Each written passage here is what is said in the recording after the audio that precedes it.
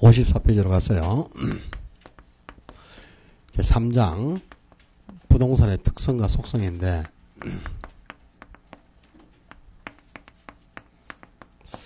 이 3장에 있는 부동산의 특성이 제일 중요하다 그랬죠. 이 특성을 모르면 그냥 개론 자체가 어려워져요. 그러니까 부동산의 특성은 시험도 매년 한 문제가 고정적으로 출제가 되지만 특성은 우리 교재의 모든 영역에 다 영향을 미치거든요. 그러니까 그 토지의 특성이 정리가 안 되면 뒤로 갈수록 계속 힘들어져요. 모든 영역의 토지의 특성이 다 관계가 되니까.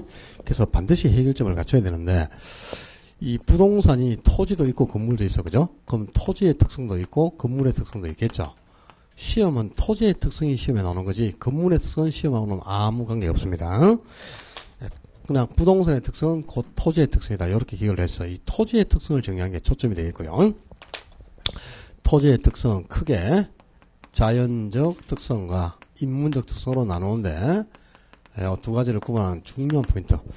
자, 그 도표 속에 보면 자연적 특성은 토지 자체가 지니고 있는, 그러니까 토지 자체가 지니고 있는 물리적 성질을 자연적 특성이라는데 그 토지 자체가 지니고 있는 성질이 뭐냐?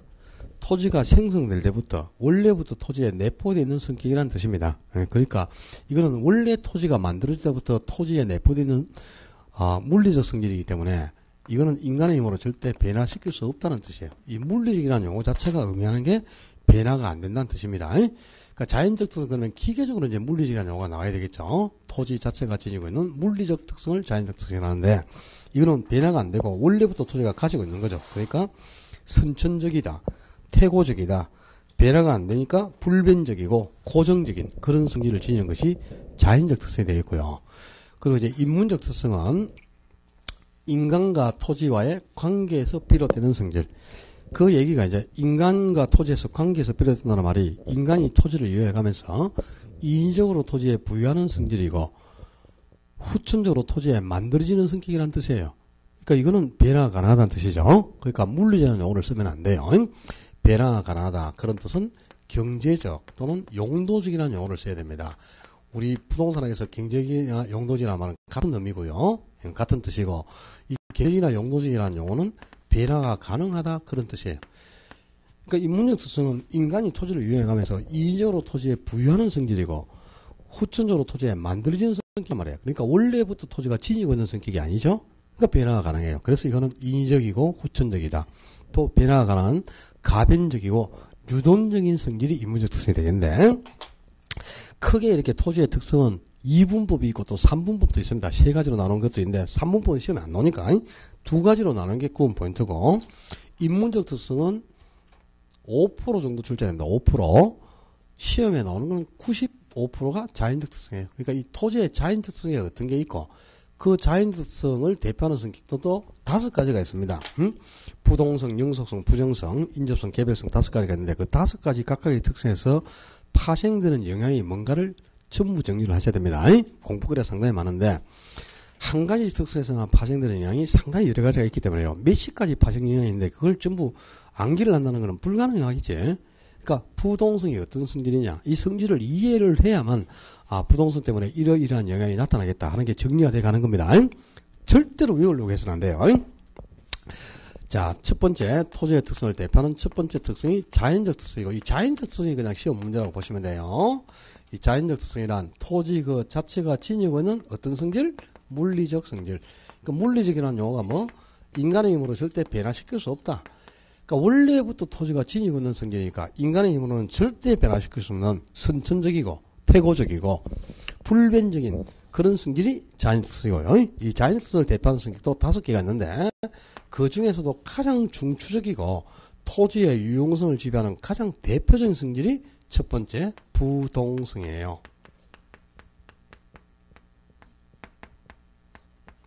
부동성, 움직이지 않는 성질이 말하는 거죠. 그러니까 토지는 물리적인 관점에서 볼 때는 절대 이동될 수가 없죠. 고정되어 있는 거니까. 그러니까 움직이지 않잖아요. 그죠? 움직이지 않는 이유가, 움직이지 않는다. 이 말이 이동되지 않는다. 비이동성. 왜 이동이 안 된다고? 위치가 고정되어 있으니까. 그러니까 위치의 고정성. 다 부동성을 뜻하는 용어입니다. 자, 제가 이 자연적 특성을 설명하면서 B자가 포함되는 동의어를 설명을 드렸는데 이 B자가 포함된 동의어 비이동성이 부동성을 뜻하는 용어다. 이걸 알아야만 부동성에서 발생되는 영향이 정리가 되는 거야. 부동성은 이동되지 않는 성질, 비이동성. 또 영소성 그러면 소멸되지 않는다. 비소멸성. 소모되지 않는다. 비소모성. 이 비자가 포함된 동요를 제가 설명드리죠. 비자가 포함된 동요를 알아야만 이 특성에서 발생되는 영향이 정리되는 겁니다. 자, 토지는 물리적인 관점에서는 어떤 게도 위치를 이동시킬 수가 없잖아. 그죠? 그 위치에 항상 고정되어 있는 거니까. 우리가 토지를 들고 다닐 수 있어요? 안 되죠? 고정되어 있기 때문에 들고 다닐 수가 없잖아. 그죠? 토지의 위치는 항상 고정되어 있다. 그러니까 이동되지 않는다. 이런 성질이 이제 부동성인데, 저기 있잖아요. 저 화원에, 저 화원 성산리에 있는 토지를 한 트럭을 딱 퍼가지고 여기까지 우리가 싣고 왔어. 여기 진천동까지. 그럼 토지의 위치가 이동된 거 아니냐 이렇게 착각하기가 쉬운데 위치가 이동된 게 아닙니다. 성산리에 한 트럭 퍼낸 자리에 토지가 완전히 소멸되고 없어졌잖아요. 그럼 토지의 위치도 이동될 수 있을 수도 있어요. 근데 성산리에 한 트럭을 폈지만 그 퍼낸 자리에 여전히 토지가 그대로 남아있어요. 그죠? 그럼 여기까지 이동시킨 거는 토지의 위치를 이동시킨 게 아니다 이 말입니다. 토지의 위치는 그 위치에 항상 고정되어 있는 거고 우리가 이동시켜 온 거, 여기까지 이동시킨 거는 토지의 구성 부분을 이동시킨 겁니다. 토지의 구성 부분은 흙이나 모래나 자갈 이런 게 구성 부분이에요. 토지를 구성하는 구성 부분, 그 흙, 모래, 자갈 이런 것은 얼마든지 이동될 수 있어. 그러나 토지의 위치 자체는 이동되지 않는다. 이런 성질이 부동성이란 말이에요. 그러니까 부동성은 토지의 위치가 고정되어 있고 이동되지 않는 성질, 이런 성질인데 토지의 위치가 이제 고정되어 있고 이동되지 않기 때문에, 그죠? 움직이지 않기 때문에 거기에서 이 부동산 활동이나 현상, 부동산에서 또 여러 가지 영향들이 나타날 수밖에 없는데요. 파생 영향이 기억부터 해가지고 여러 가지가 정리되어 있죠, 그죠? 전부 다 외울 수가 없어요. 하나씩 하나씩 그렇구나. 이 위치가 고정되어 있기 때문에 이런 현상이 나타나겠구나. 한 개씩 이해를 해가야 된다. 자, 기억. 부동성은 부동산 현상이나 활동을 국지화시키고 또 부동산 시장을 지역적으로 세분화되게 한다. 그리고 시장이 이렇게 지역적으로 세분화가 되면 그 지역적으로 세분화된 시장 아래에 부분 시장이 형성되는 원인이 된다 그랬어요. 자, 어려운 용어들이 많이 나왔어요. 부동산에서 발생하는 현상 중에서 가장 중요하고 제일 시험에 많이 나오는 게 국지화, 국지적이라는 용어입니다. 국지화 또는 국지적 이 말은 토지의 위치가 지금 이 위치에 있어요. 그럼 이걸 들고 다닐 수 없으니까 이 위치상에서 모든 활동이나 현상이 이루어질 수밖에 없어요. 건물을 건축할 때 이 위치에 있는데 내가 저기 감삼동에서 건물을 짓고 싶다고 이 토지를 들고 와서 크게 건물을 지을 수가 없죠. 이게 여기에 고정되어 있으니까 이 위치상에서 딱 공간이 한정돼서 모든 활동이 이루어질 수밖에 없죠. 이렇게 모든 현상이나 활동이 특정 위치에 한정되어 이루어질 때를 국지적 또는 국지화 이렇게 표현한단 말이야. 이동되지 않으니까 토지가 있는 그 위치상에서만 모든 활동이 나타날 수밖에 없는 거죠. 이게 부동산 활동을 국지화시키는 건가? 이게 부동산 때문이고요. 또 세분화가 이루어지지 않는 상품은 없으니까 부동산도 당연히 세분화가 됩니다. 근데 부동산은 시장이 세분화될 때 지역적으로 세분화되는 특징이 있어요. 왜냐? 이동되지 않기 때문에 그래요. 만약에 토지가 이동이 가능하고 들고 다닐 수만 있다. 그러면 전국에 있는 모든 토지를 대구로 모을 수만 있다면 시장이 대구에서만 딱 형성될 수 있겠죠. 그죠? 근데 그럴 수가 없어요. 이동이 안 되니까 대구에 있는 토지는 대구에서 시장이 형성되고 부산에 있는 토지는 부산에서, 울산에 있는 토지는 울산에서 이렇게 시장이 따로따로 대구 부동산 시장, 울산 부동산 시장, 부산 부동산 시장 이렇게 해서 지역적으로 세분화가 될 수밖에 없단 말이야. 들고 다닐 수가 없으니까. 그죠? 그 있는 위치에서만 시장이 형성될 수 있기 때문에 그런 거잖아요. 그죠? 그리고 이제 지역적으로 뭐 대구 부동산 시장, 울산 부동산 시장, 부산 부동산 시장 이렇게 지역적으로 세분화되죠. 그럼 거기서 끝나는 게 아니고 그 세분화된 시장 안에 계속 부분 시장이 존재해 갑니다. 자, 이 부분 시장은 사전에도 안 나오는 용어입니다. 이걸 정의하자면 따로따로 형성되는 시장 이렇게 정의할 수 있는데 적지 마라. 안 적어도 그거 다 안다. 그 책에 좀 아무거나 찍으려 하지 마세요. 부분 시장이 뭡니까? 따로따로 형성되는 시장입니다. 이런 건 절대 시험에 안 나와요. 부동산 현상이나 활동을 국지화시키고 부분 시장이 존재하는 원인이 되는 토지의 특성은 무엇인가? 부동성. 이게 시험 문제지. 국지화가 뭐냐? 부분 시장이 뭐냐? 이런 건 안 나온다고 시험에. 그죠? 그러니까 부동성 때문에 국지화, 지역적 부분 시장 용어가 나왔잖아요. 그러니까 이 용어의 의미는 제가 설명을 드리지만 이게 무슨 뜻인지 몰라도 상관없어요. 부분 시장이 존재하는 원인이 부동성 때문이다. 그걸 알아야 된다 이 말이다. 알겠나요? 자, 부분 시장을 정의하면 이제 따로따로 형성되는 시장 이렇게 정의할 수 있는데 왜 시장이 따로따로 형성돼 갈 수밖에 없느냐? 움직이지 않으니까.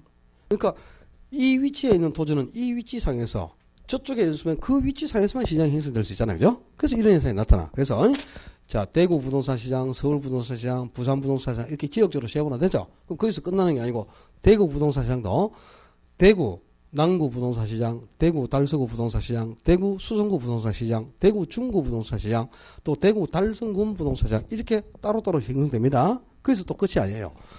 대구 달서구 부동산 시장도 대구 달서구 진천동 시장, 유천동 시장, 도운동 시장, 월순동 시장, 뭐 상인동 시장 이렇게 해서 따로따로 형성되고요. 대구 달서구 상인동 시장도 그래서 끝이 아니야. 대구 달서구 상인동 주거용 시장, 상업용 시장, 공업용 시장, 농업용 시장 이렇게 따로 형성되고 또 대구 달서구 상인동 주거용 시장도 거기서도 그죠? 아파트 시장, 연립주택 시장, 빌라 시장, 단독주택 시장 이렇게 따로 형성되고 또 아파트 시장도 13평 시장, 16평 시장, 23평 시장 계속 시장이 따로따로 형성돼 가는데 왜 그러냐? 들고 다닐 수가 없고 한 곳에 모을 수가 없기 때문이죠. 부동산이 딱 섞여 있는 위치상에서만 시장이 형성될 수 있기 때문에 이런 현상이 나타난다 이 말입니다. 그러니까 중요 포인트가 단어를 기억하는 거다. 국지화, 지역적, 부분시장 이 용어는 부동성 이외에는 절대 나오지 않습니다. 그러니까 이거는 부동성에서만 오직 파생되는 영향이에요. 그러니까 국지화, 부분시장, 뭐 지역적 이런 용어가 나오면 그건 그냥 부동성밖에 없어. 다른 특성하고 아무 관계가 없다 이 말입니다. 오케이? 그래서 이 단어를 기억해 두는 게 초점이 되겠고요. 그리고 2연 부동성은 인접성과 함께 외부 효과를 야기시키는 원인이 된다 그랬어요. 그럼 결국 이제 외부 효과를 야기시키는 원인은 두 가지 특성이라는 뜻이죠. 부동성하고 인접성 두 가지 특성 때문에 외부 효과가 야기된다 이런 뜻이겠네 이제 그죠? 지금 인접성과 함께 외부 효과를 야기시키는 원인이 된다 그랬으니까 부동성, 인접성 두 가지 특성이 외부 효과를 야기시키는 원인이다 이런 뜻 아니야? 응? 그러니까 자, 요 나중에 좀 이따가 이제 5번에 가면 인접성이 나오니까 인접성에 가서 일단 외부 효과를 야기시키는 원인이 왜 두 가지 특성인지를 인접성에 가서 설명드릴 테니까 일단은 외부 효과를 야기시키는 원인이 부동성과 인접성 두 가지다. 이걸 기억해 놓고요. 뒤끝 부동성은 부동산 활동을 임장 활동, 정보 활동이 되게 한다. 아주 또 중요한 용어가 나왔다요. 이 임장 활동이나 정보 활동을 요구하는 근거가 부동성인데 임장 활동, 임장이라는 말은 현장에서 직접 조사, 확인, 분석하는 활동 이런 뜻이에요. 응? 자, 만약에 적지 마 좀 제발 한 번만 들으면 다 알아. 그 오만 거 다 적으려 하지 마. 거기에 줄을 딱 쳐놔봐. 임장, 정보활동 거기에 임장활동, 정보활동에 줄을 딱 쳐놔야지. 외부 효과, 국지화, 지역적, 부분시장 요런 여기에 동그라미를 딱 치고 그 단어를 기억하는 게 중요한 포인트예요. 저기 지금 여기가 진천동이잖아요. 내가 여기서 지금 중개사무소를 하나 운영하고 있단 말이야. 근데 저기 뭐 달성군 현풍읍에 있는 토지를 좀 팔아달라. 근데 현풍읍에서 토지를 여기까지 들고 올 수 있다면 중개사무소에서 조사하고 분석하고 다 가능하겠지. 이동이 안 된단 말이야. 부동산 때문에. 그죠? 그러니까 실제 토지가 있는 현풍까지 가서 현장에 가서 직접 조사 분석 확인을 해야 되죠. 도로에 몇 미터 접해 있는가, 지시는 어느 정도, 집안은 경관지 이런 걸 현장에 가서 조사 확인해야 되죠. 바로 이동되지 않기 때문에 현장에서 직접 확인하는 임장 활동이 필요한 거고요. 또 정보 활동을 요구하는 근거도 부동산 때문에 이게 실제 중요한 거다. 정보 활동을 요구하는 근거 이게 상당히 어려운 포인트고 중요해요. 시험에도 자주 언급이 되는데 왜 정보 활동이 필요하냐? 내가 지금 1번지에 거주를 하고 있단 말이야. 1번지에 거주하고 있는데 바로 옆에 인접한 2번지 지역이죠. 공동묘지가 입주를 합니다. 우리 집 옆에. 그럼 뭐 당연히 나쁜 영향을 받아서 주택가격이 하락하고 땅값도 떨어지고 해서 엄청나게 손실이 초래되겠죠. 근데 바로 인접한 이 지역이죠. 공동묘지가 입주를 했을 때 우리 1번지에 있는 우리 집을 딱 들고 저기 150번지로 이동만 시킨다면 이거 들어오든 말든 아무 영향을 안 받겠죠. 이동되지 않단 말이에요. 그치? 그러니까 당연히 나쁜 영향을 받아서 가치도 하락해서 엄청난 손실이 있어야 것 아닙니까? 그래서 이런 손실을 보지 않으면 어떻게 해라? 정보를 먼저 입수하라 이 말이야. 그래야 혹시 이런 거 입주한다 그러면 다른 사람이 알기 전에 빨리 팔고 튀라 이 말이죠. 그래야 손실 보지 않는 뜻이죠. 그죠? 그래서 정보가 중요하다는 거다. 바로 이동되지 않는 부동성 때문에 정보 활동이 요구될 수밖에 없다는 겁니다. 이 임장 활동이나 정보 활동을 요구하는 근거 부동성. 이것도 중요한 용어고요. 그리고 리얼 부동성은 부동산 시장이 추상적 시장이 되게 하고 또 구체적 시장도 되게 하는 양면성이 있게 한다. 그리고 언제나 부동산 시장이 불안정 경쟁 시장이 되게 한다. 자, 추상적 시장, 구체적 시장, 불안정 경쟁 시장. 이 시장하고 관계되는 용어도 전부 부동산에서 발생하는 특징입니다. 아직 구체적 시장과 추상 시장이 어떻게 다르다? 불안정 경쟁 시장이 뭐다? 시장론에서 아직 안 배웠으니까 잘 모르겠지만 나중에 151조 2주 후에 시장론에 가면 다 나와요. 오늘 제가 한번 설명드리면 그때 가면 이해를 하셔야 돼. 추상적 시장하고 구체적 시장의 가장 큰 차이점은 추상적 시장은 시장이 어디에서 형성되는지 위치를 확인할 수 없는 시장. 이게 추상시장이고요. 구체시장은 시장이 어디에서 형성되는지 위치나 장소를 우리가 정확하게 확인할 수 있는 시장. 이걸 구체시장이라는 거야. 예를 들면은, 자, 서울 동대문 시장, 요 용어 앞에는 동대문 시장 앞에 서울이라는 용어가 붙어 있으니까, 아, 동대문 시장은 서울에서 형성되는구나. 부산 자갈치시장, 자갈치시장은 부산에서 형성된다. 대구 서문시장, 서문시장은 대구에서 형성된다. 위치를 정확히 확인할 수 있죠. 이렇게 시장이 형성되는 위치나 장소를 확인할 수 있는 시장이 구체적 시장이에요. 그런데 자본시장, 노동시장, 금융시장, 외환시장, 부동산시장, 주식시장, 예금시장 이런 용어 앞에는 위치가 명시가 안 돼 있지. 그 시장이 주식시장이 어디에서 형성되는지 장소를 확인할 수 있습니까? 없잖아요. 이런 시장이 추상적 시장이라고. 응? 그럼 그냥 우리가 부동산 시장 그러면 이건 무슨 시장? 추상적 시장이란 말이야. 부동산 시장은 용어 앞에 위치가 명시가 안 됐으니까 어디에서 시장이 형성되는지 위치를 확인할 수가 없네. 그럼 추상적 시장이죠. 부동산 시장은 추상적 시장입니다. 그런데 좀 전에 부동산 시장은 부동산이라는 특성 때문에 지역적으로 세분화가 된다 그랬죠. 원래 부동산 시장은 추상적 시장인데 이 부동산 시장이 대구 부동산 시장, 서울 부동산 시장, 그리고 또 울산 부동산 시장, 부산 부동산 시장 이렇게 지역적으로 세분화됐어. 그러면 대구 부동산 시장 그러면 이 부동산 시장은 대구에서 형성된다. 위치를 확인할 수 있게 되죠. 그럼 이건 무슨 시장이야? 구체 시장이 된다 이 말이야. 그래서 원래 부동산 시장은 추상 시장이지만 지역적으로 세분화되기 때문에 지역적으로 세분화된 후에는 구체 시장이 되기도 하는 거죠. 그래서 추상 시장과 구체 시장이라는 양면성이 있는 시장이다 이 말입니다. 근데 여기서 이제 중요 본전은 이거예요. 시험 지문에 부동산 시장은 구체적 시장에 해당한다. 그러면 큰일 나는 겁니다. 그냥 부동산 시장은 이 용어 앞에는 위치가 명시가 안 돼 있지. 그럼 이건 무슨 시장? 추상적 시장에 해당한다 그래야 돼요. 다만 이제 부동산 시장은 추상적 시장인데 지역적으로 세분화된 후에는 구체 시장이 될 수도 있다 이 말이야. 그래서 두 개의 시장이 다 될 수 있는 양면성이 있다는 뜻이지. 부동산이 구체 시장이다 그러면 안 돼요. 부동산 시장 이렇게 얘기할 때는 추상적 시장이죠. 위치가 명시가 안 됐으니까. 아, 의미를 알겠어요. 무슨 말인지? 그 다음에 부동산은 완전 경쟁시장은 절대 될 수가 없고 항상 불안정 경쟁시장이에요. 자, 나중에 시장론에 가면 이제 시장을 그게 완전 경쟁시장, 불안정 경쟁시장 이렇게 구분하는데 11월 달에 한번 했으니까 그죠? 완전 경쟁시장은 시장이 성립되기 위한 4가지 조건이 있는데 그 4가지 시장의 성립 조건을 모두 동시에 다 충족시킨다면 완전 경쟁시장이 되고 이 4가지 시장의 성립 조건 중 한 개라도 충족이 안 될 때는 불안정 경쟁시장이 된다 그랬거든. 그죠? 자, 완전 경쟁시장이 되기 위해서는 뭐 한번 드러나도 나중에 또 할 거니까 다 2주 후에 완전 경쟁시장은 첫째 수요자와 공급자가 다수 존재하고 두 번째 상품이 동질적이고 또 세 번째 시장의 진입과 퇴거가 자유롭고 또 네 번째 정보가 완전해졌을 때 이 4가지가 다 충족돼야 완전 경쟁시장이고 그 중에 한 개라도 충족이 되면 그게 불안정 경쟁시장인데 부동산 시장은요 4가지 조건이 모두 다 충족이 안 됩니다.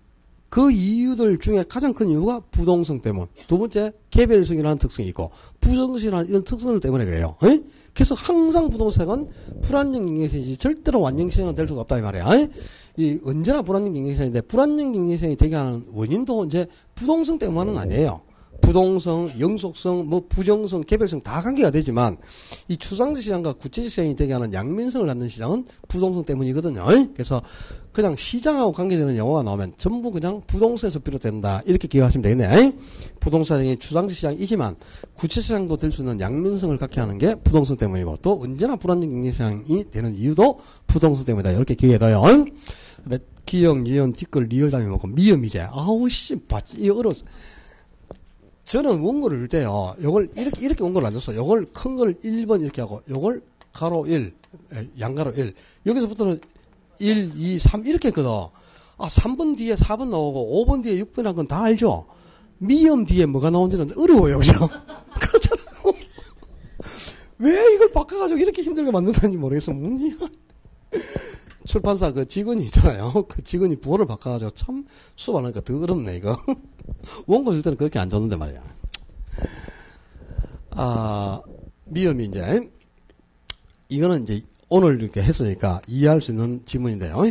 부동성이 동산과 부동산을 구별하는 근거가 되고, 또 동산과 부동산의 공시방법을 달리하는 근거가 된다. 공시방법이 차이가 나는 이유도 부동산 때문인데, 앞 시간에 우리가 동산은 이동이 가능한 물건, 부동산이 움직이지 않는 물건이라고 그랬거든, 그죠?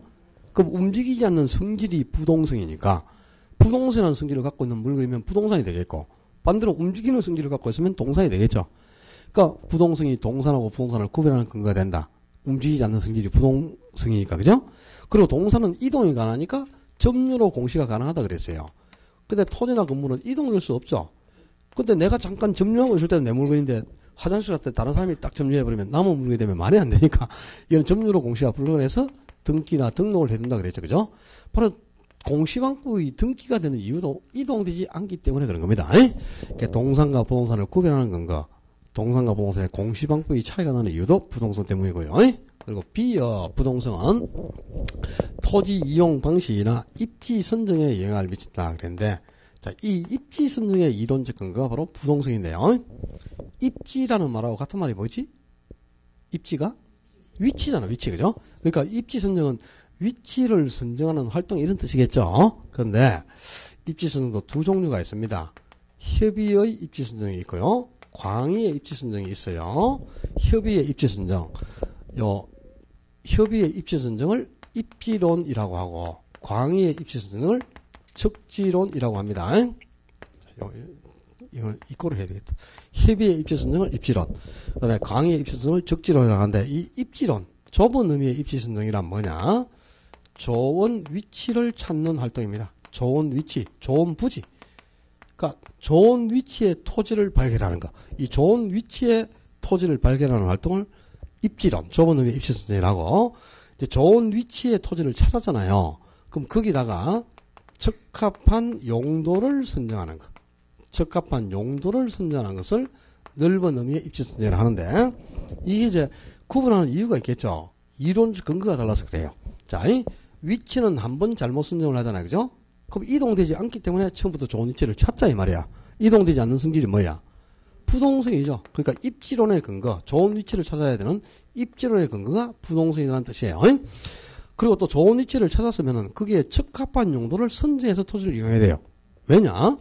토지는 여러 가지 용도로 이용이 가능한 용도의 다양성이라는 특성이 있어요.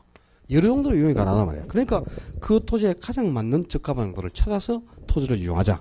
바로 넓은 의미의 용도를 선정하는 적지론의 근거가 용도의 다양성이 되는데, 통상적으로 우리가 입지 선정이라고 표현할 때는 협의의 입지 선정인 입지론을 곧 입지 선정 이렇게 통용합니다. 그러니까 입지론이나 입지 선정은 같은 편이다 이렇게 보시면 돼요. 그럼 여기 기억해야 될 게 이거죠. 입지론의 근거 또는 입지 선정의 근거가 뭐냐? 그러면 부동성이다 그래야 돼. 근데 넓은 의미에서 적지론의 근거가 뭐냐? 그러면 용도의 다양성이다. 이게 이제 구분 포인트예요. 입지론 또는 입지 선정의 근거, 그러면 부동성. 그리고 적지론의 근거는 용도의 다양성. 나중에 이제 용도의 다양성에 가면 용도의 다양성이 적지론의 근거가 된다 나와 있어요. 그러니까 이걸 당연히 구분하셔야 되니까 오늘 이걸 비교해 두시고. 그리고 또 뭐 지역부터 해서 또 여러 개가 더 있습니다. 근데 그 모든 걸 한꺼번에 다 정리할 수는 없으니까요. 3월에 가서 나머지는 좀 정리하고, 응? 오늘 요 부동산에서는 꼭 기억해야 될 용어가 이거다요. 가장 중요한 게 이거, 기억 지문. 국지화, 지역적, 부분시장. 이거 하나만 딱 적어 놓는 거야. 부동산에서 발생되는 영향 해가지고, 국지화, 지역적, 부분시장, 외부 효과, 임장활동, 정보활동. 이거 딱 적어요. 뭐, 딴 거 여러 개 다 구질구질하게 적지 말고. 그리고 이제, 이 동산과 부동산의 구별된 거, 이런 거는 별로 어려운 게 없고요. 입지 선정, 이꼬로 입지론의 건, 요거는 다 드려야 되겠네. 입지 선정이 이렇게 두 가지로 나오는데, 그죠? 요거는 다 적어 놓을 필요가 있겠죠? 즉, 입지론이나 입지 선정의 근거는 부동성, 적지론의 근거는 용도의 다양성. 이렇게 해서 부동산에서 발생되는 영향은 이런 단어들을 좀 기억해 두고요. 그다음에 두 번째, 자연적 특성을 대표하는 성격이 영속성. 토지는 물리적인 관점에서 보면 영속적이다. 영속적이다? 다른 말로 영원하다 이 말이에요. 영원하다. 왜 토지의 성질은 변하지 않고 영원하냐? 토지는 아무리 오랜 시간이 흘러도 결코 마모되거나 파손되거나 훼손되지 않는다. 소모되지 않는단 말이에요. 소모가 안 되고 소멸이 안 된다는 거죠. 그래서 비소멸성 또는 비소모성, 비소모나 소멸이랑 같은 말. 그래서 비소모성 또는 비소멸성이라고도 하고요. 이 비소모성이 영소수를 뜻하는 용어다. 이게 중요한 거야. 그리고 토지는 소모가 안 되니까 아무리 오랜 시간이 흘러도 뭐 토지를 우리가 10년, 1000년, 100년을 사용한다고 해가지고 뭐 10,000년을 사용한다고 달아 없어지는 건 아니에요. 항상 그 양만큼 그대로 남아있으니까 절대로 시간 경과로 인한 소모라든가 마모는 있을 수가 없죠. 이런 성질이 영속성이야. 그러니까 토지는 소모되지 않고 소멸이 안 되니까 토지의 성질은 변하지 않는다. 불변성. 토지의 성질은 영원하다. 항구성. 토지는 아무리 오랜 시간이 흘러도 결코 파괴되지 않는다. 그래서 파괴되지 않는 성질, 불쾌성. 이런 용어도 씁니다. 상당히 여러 가지 다양한 용어를 쓰는데, 물리적인 관점에서 볼 때는, 그죠? 토지는 아무리 오랜 시간이 흘러도 절대 소모되거나 마모되거나 훼손되지 않아요. 소모가 안 된다면 가치의 훼손도 없으니까 강가가 생기지 않단 말이야. 그리고 토지에서는 물리적인 관점에서는 절대로 강가는 발생하지 않습니다. 토지에 물리적 강가가 발생하지 않게 한다. 이게 이제 영소수 때문인데요. 물론 이제 강가는 물리적 강가만 있는 게 아니고 기능적 강가도 있고 경제적 강가도 있어요. 그런데 토지에는 물리적 강가는 영소수 때문에 생기지 않지만 기능적이나 경제적 강가는 토지에도 발생해요. 근데 그건 아직 강가 요인을 여러분들이 안 배웠으니까, 그지? 나중에 감정평가원에서 원가 방식에 가면은 물리적 강가, 기능적 강가, 경제적 강가를 구분합니다. 그걸 배우는 뒤에 다른 거는 이해할 수 있을까? 오늘은 그냥 물리적으로는 아무리 오랜 시간이 흘러도 결코 마모되거나 소모되지 않잖아요. 그러니까 물리적 측면에서는 강가가 생기잖아요. 토지에 물리적 강가가 발생하지 않는 원인이 영속세다. 이렇게 기억을 해두고, 그다음에 2년 강가가 생기고 시간이 흐를수록 소모가 생긴다면 소모되는 물건은 다시 생산을 해야 돼요. 근데 토지는 아무리 오랜 기간 사용을 해도 절대 소모되거나 메모되지 않단 말이야. 그러니까 소모가 안 된다면 다시 생산할 필요가 없죠. 재생산 이론이 적용되지 않게 한다. 이게 영속성 때문에 아주 중요한 용어죠. 이게 분필은 사용할수록 달아 없어져요. 그러니까 지금은 이렇게 길이가 길고 하니까 자유롭게 판사가 나는데 쓰다 보면 소모가 되죠. 나중에 달아 없어서 요만큼밖에 안 나오면 이거 가지고 판사를 못 하잖아. 그러니까 판사하기 위해서는 이걸 다시 생산해야 되죠. 동일한 물건을 다시 생산하는 걸 뭐?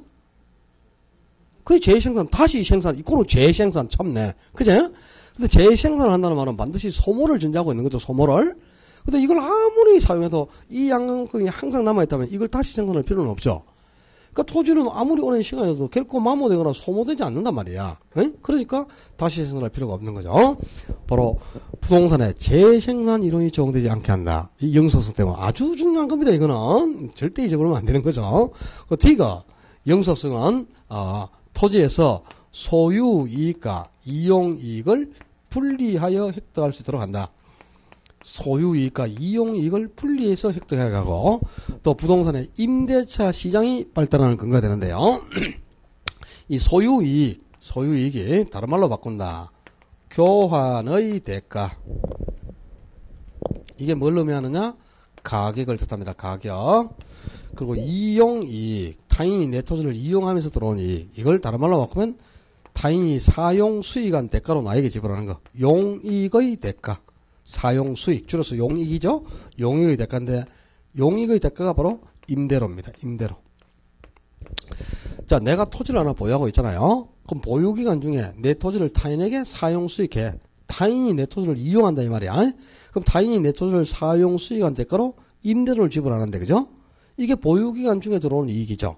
만약에 타인이 내 토지를 사용 수익하는 기간 중에 소모가 생겨서 달아 없어져 버리면 임대라는 이익은 절대 발생할 수가 없는 거죠. 일에 딱 한 번은 발생할 수 있지만 영구적으로 임대료를 받을 수 있습니까? 근데 아무리 타인이 사용해도 절대 소모되지 않잖아요. 그죠? 항상 그 양만큼 그 위치에 그대로 남아있으니까 토지에서는 이 이용이익은 보유기간 중에는 계속 들어올 수 있는 겁니다. 그렇겠죠? 그리고 일정 기간 보유한 후 처분을 하잖아. 그죠? 내가 토지를 처분해. 그럼 내 토지와 타인의 현금을 교환하는 거죠. 내가 토지를 넘기면 타인이 나한테 지불하는 게 그게 토지의 가격이죠. 그죠? 이건 내 토지와 타인의 현금을 교환한 대가로 들어오는 거죠. 이게 이제 처분시 들어오는 거다. 그지? 그래서 보유기간 중에는 임대료라는 이용이익을 얻을 수 있고, 처분시에는 이 가격이라는 소유이익을 획득할 수 있잖아요. 보유기간 중에도 이익을 얻고 처분시에도 이익을 얻는다. 이거는 토지밖에 없는 거야. 왜 이런 이익을 계속적으로 얻을 수 있어? 아무리 타인이 사용해도 소모되지 않으니까 임대료는 이익을 계속 영속적으로 획득할 수 있고요. 또 임대료를 획득하기 위해서는 뭐 해야 돼? 임대를 해야 되잖아요. 그래서 부동산에 임대차 시장이 발달할 수밖에 없다 이 말입니다. 바로 임대차 시장이 발달한 이유도 바로 영속성 때문에 이용이익을 계속 획득할 수 있기 때문에 그런 거죠. 자, 임대차 시장이 발달하는 근거, 또 소유이익과 이용이익을 분리해서 획득할 수 있는 이유, 그게 영속성 때문이고, 리얼의 영속성은 토지가 소모되지 않고 아무리 사용해도 계속 가치가 존속되는 거죠. 가치 보존력이 우수합니다. 그래서 토지는 가치가 그대로 존속되니까 토지가 투자 대상으로 투자재로 선호되는 이유가 된다 이 말입니다. 그러니까 우리 건물하고 토지 중에 뭐에 투자하려 그러면 토지에 투자하려 그래야 돼요. 건물은 내용수가 정해져 있으니까 일정 기간이 지나면 철거되고 없어지죠. 소모가 된다 이 말입니다. 그러니까 일정 기간 동안은 수익이 물론 나고, 물론 건물도 오래가 한번 지으면 뭐 몇십 년은 가니까 그죠? 몇십 년 동안에는 물론 수익을 발생할 수 있지만 토지는 몇십 년이 아니죠. 자손 대대로 수익을 발생할 수 있어요. 그죠? 내가 이용하던 토지를 우리 후대가 계속 자손 만대에 걸쳐서 물려받아서 그 양만큼 그대로 남아있어요. 소모되지 않는 영수증 때문에, 그지? 그러니까, 소모가 안 되니까 계속적으로 수익을 발생할 수 있기 때문에, 그래도 건물보다는 토지가 오히려 가치가 그대로 존속되니까 투자 대상으로 선호가 된다, 이 말이죠. 그죠? 토지가 투자 대상으로 가장 선호되는 이유가 바로 영속성이라는 특성이 있기 때문에 그래요. 자, 영속성 그러면 시험에 가장 많이 나오는 게 이 두 가지입니다. 부동산의 재생산 이론이 적용되지 않게 한다. 그리고 소유이익과 이용이익을 분리하여 획득할 수 있게 하고 부동산 시장에 임대차 시장이 발달하는 근거가 된다. 이런 게 이제 가장 중요하게 시험에 등장하는 지문들이에요. 나중에 영속성은 재생산 이론이 적용되지 않는 근거가 된다 그랬다. 근데 부정성 그러면 부정성은 다른 말로 바꾸면 비생산성이니까 아무리 많은 생산비를 투입해도 생산량이 증가가 안 되거든. 그래서 비생산하니까 생산비 법칙이 성립되지 않는 것은 영속성이 아니고 부정성 때문이거든요. 이런 게 이제 중요 포인트가 된단 말이에요. 나중에 가서. 재생산 이론이 적용되지 않는 것은 영속성. 생산비 법칙이 성립되지 않는 것은 부정성 때문이거든요. 이런 게 이제 중요한 구분 포인트니까 요게 자주 등장할 수밖에 없는 거죠. 토지의 특성을 인문적성까지 해가지고 다 끝내고 오늘 다음 주에는 그냥 긴재론 들어가려고 그랬는데 그것도 뜻대로 안 되네, 그죠? 하여튼 뭐 하는 말이 많다 보니까 오늘은 오리엔테이션 때문에, 그죠? 원래 할 만큼 못한 거고 다음 주부터는 이제 그런 거 없으니까, 그죠? 딱딱 그냥 진도가 다음 주 1교시에는 남아있는 이제 자연적성하고 인문적성 또 부동산의 속성까지 정리하는데 1시간이면 다 됩니다. 1교시면 되고, 2교시부터는 이제 75쪽부터 2장으로 가 있죠. 2편이 경제론이죠. 경제론이 바로 수요 공급 이론이에요. 수요 공급 이론은 11월 달에도 들어봤지만 조금 공부 그래도 많고 어렵다는 걸 알 수 있죠. 다음 주부터 이제 어려운 영역으로 또 들어가는데요. 하여튼 일단 제일 중요하게 시험에 합격할 수 있는 가장 중요한 포인트는 결석하지 않는 겁니다. 일단 매주 그냥 시험 수업에 빠지지 않고 주간에 혹시 못 오면 야간이라도 반드시 오셔야 됩니다. 1월 달부터는 동영상으로 수업을 듣는 거는요 안 하는 게 낫습니다. 실제 수업을 듣고 들은 내용이 이해가 안 되고 반복적으로 들어야 될 민법 같은 경우는 동영상으로 들은 걸 또 듣는 거지. 아예 수업 자체를 실강을 안 듣고 동영상으로 보완하는 거는 그런 피치 못한 이유가 아니면 절대 그렇게 해서는 안 돼요. 반드시 결석하지 말고